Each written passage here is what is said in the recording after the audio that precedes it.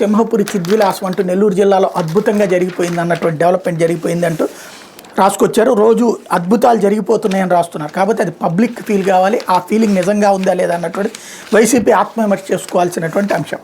ఇకపోతే nano zinc copper వచ్చేస్తున్నాయంటూ ప్రభుత్వ ప్రోత్సాహంతో పెరుగుతున్న సూక్ష్మ ఎరువుల వినియోగం 2023-24 సీజన్లో ఇప్పటికే 2.5 లక్షల బాటిళ్ల సూక్ష్మ ఎరువుల అమ్మకాలు, రబీ కోసం మరో 2.16 లక్షల బాటిళ్లు అంటూ హైలైట్ చేశారు. ఇకపోతే వైఎస్ఆర్సీపీ నేతలు వైసీపీ నేతలపై టీడీపీ వర్గీయులు దాడి.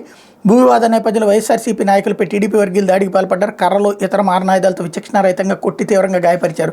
ఈ ఘటన ఏలూరు జిల్లా ద్వారకా తిరుమల మండలం గొండుగోలంలో కుంటలో గురువారం సాయంత్రం చోటు చేసుకుంది. స్థానికుల కథనం ప్రకారం గుండుకోలం కుంటలో ఆర్ఎస్ నెంబర్ 107లోని 8 ఎకరాల భూమికి సంబంధించి అదే గ్రామానికి చెందిన వైఎస్ఆర్సీపీ నేత గోపనాగేశ్వరరావు కుటుంబానికి, వెంకటకృష్ణాపురానికి చెందిన టీడీపీ నేత పాకలపాటి శ్రీనివాసరావు కుటుంబానికి మధ్య కొన్నేళ్లుగా వివాదం నడుస్తుంది. ఇక్కడ దరిద్రం ఏంటంటే వ్యక్తులకు సంబంధించినటువంటి ఆస్తులు పార్టీలకు సంబంధించినటువంటి వివాదాల కిందకి తీసుకొస్తున్నారు.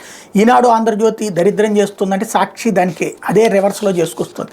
కొట్టుకు సచ్చింది 2 వ్యక్తులకు సంబంధించినటువంటి ఆస్తి వివాదం. దాంట్లో కోర్టుల్లో కాకుండా తన్నుకు చావడం ద్వారా పరిష్కరించుకోవాలనుకుంటున్నారు. దానికి చట్టబద్ధంగా చర్యలు తీసుకోవాల్సినటువంటి పోలీసులు పిలిచి సెటిల్మెంట్ చేస్తారు. ఆ తర్వాత వాళ్ళు కొట్టుకుంటారు.